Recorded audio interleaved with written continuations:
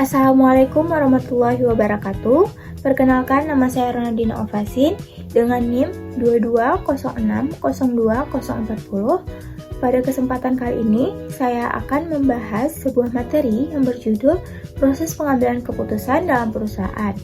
Nah, jadi dalam judul ini saya akan membahas 3 materi utama.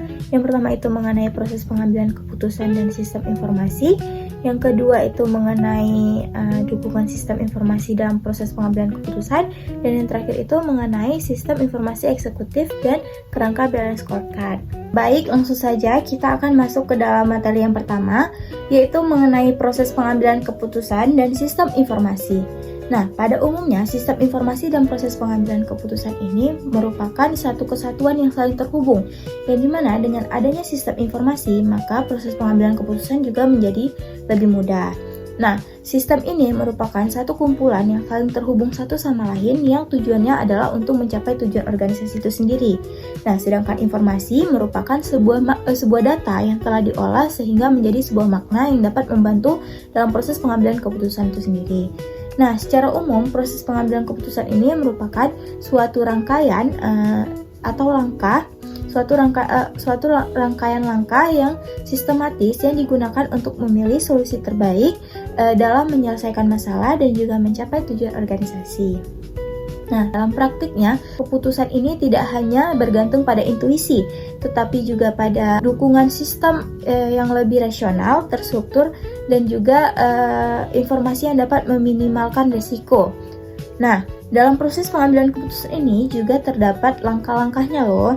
Jadi, langkah-langkah dalam proses pengambilan keputusan ini dimulai dengan kita memahami masalah terlebih dahulu.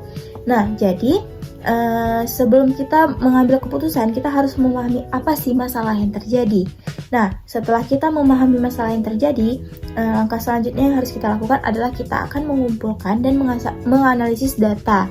Nah, setelah kita mengumpulkan dan menganalisis data, selanjutnya kita akan mengembangkan alternatif yang dimana data tersebut setelah dianalisis maka dikembangkan menjadi alternatif-alternatif untuk dalam pengambilan keputusan. Nah, setelah kita kembangkan alternatif, kita akan mengevaluasi apakah ini baik untuk menjadi keputusan yang diambil nanti atau tidak. Nah, setelah dievaluasi, kita memilih alternatif yang terbaik untuk menjadi keputusan yang kita ambil nanti. Nah, setelah kita memilih, kita implementasikan keputusan tersebut. Dan yang terakhir adalah langkah yang harus dilakukan adalah mengevaluasi hasil keputusan yang telah diambil. Adapun informasi yang merupakan sebuah data yang telah diolah menjadi sebuah makna ini dapat membantu untuk mengurangi ketidakpastian dalam proses pengambilan keputusan, juga dapat memahami resiko dan juga menjadi dasar dalam proses pengambilan keputusan yang dilakukan oleh suatu organisasi. Setelah tadi kita membahas mengenai proses pengambilan keputusan dan sistem informasi, selanjutnya kita akan membahas mengenai dukungan sistem informasi dalam proses pengambilan keputusan. Nah, jadi pada materi ini terlebih dahulu kita akan membahas apa itu pengambilan keputusan. Nah, tadi kita sudah membahas apa itu proses pengambilan keputusan kan. Nah, sekarang kita akan membahas mengenai apa itu pengambilan keputusan. Jadi, pengambilan keputusan itu merupakan sebuah proses untuk memilih alternatif terbaik yang digunakan untuk menyelesaikan masalah. Nah, dalam suatu perusahaan, bagi manajemen puncak, keputusan itu sangat penting karena dengan keputusan yang baik atau keputusan yang tepat itu akan mengarahkan aktivitas organisasi. Jadi kalau misalnya keputusannya itu baik, maka organisasi itu akan berjalan lancar. Nah, kalau misalnya manajemen puncak ini salah mengambil keputusan, maka aktivitas dalam organisasinya itu akan terganggu, tidak sesuai dengan tujuan. Nah, jadi hasil terbaik yang didapatkan itu dapat berupa biaya atau resiko yang minimum, atau juga produksi atau pendapatan yang maksimum. Jadi jika keputusan yang digunakan itu baik, maka hasilnya itu bisa dapat berupa dengan resiko yang minimum atau juga produksi atau pendapatan yang didapatkan oleh perusahaan itu maksimum.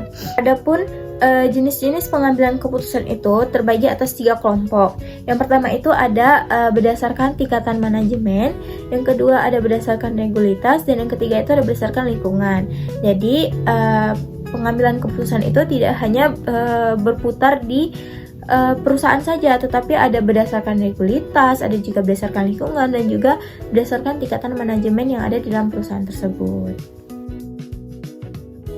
Nah, setelah kita mengetahui apa itu pengambilan keputusan, sekarang kita masuk ke dalam dukungan sistem informasi dalam proses pengambilan keputusan. Sebelumnya, kita akan membahas terlebih dahulu apa itu sistem informasi manajemen.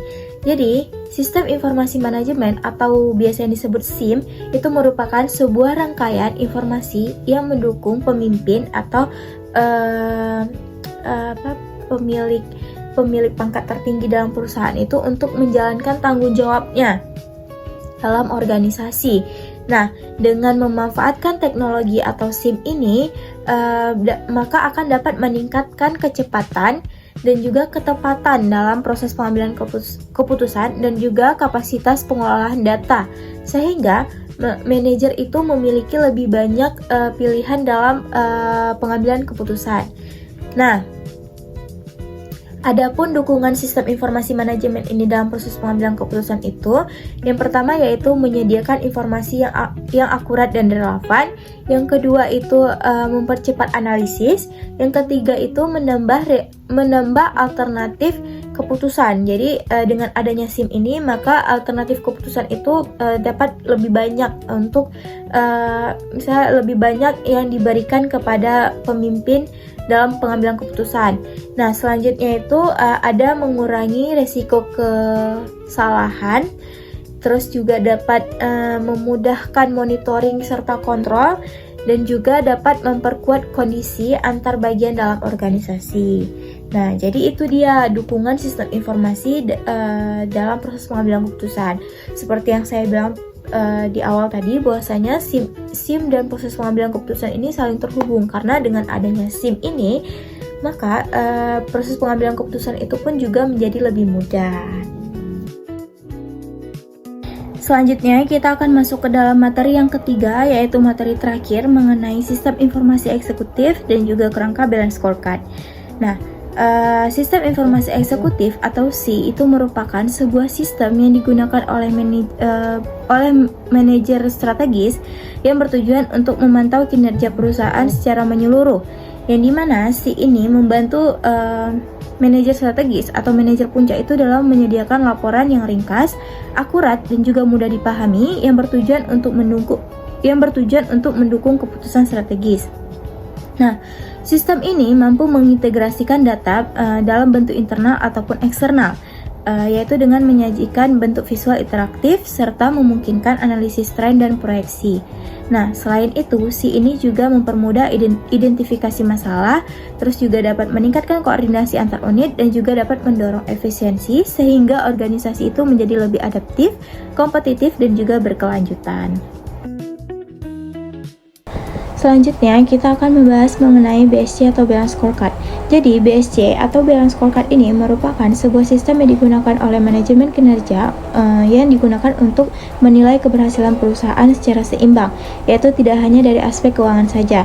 Nah, konsep ini melihat keberhasilan perusahaan itu melalui 4 aspek, yaitu keuangan, pelanggan, proses internal, dan juga pembelajaran dan pengembangan.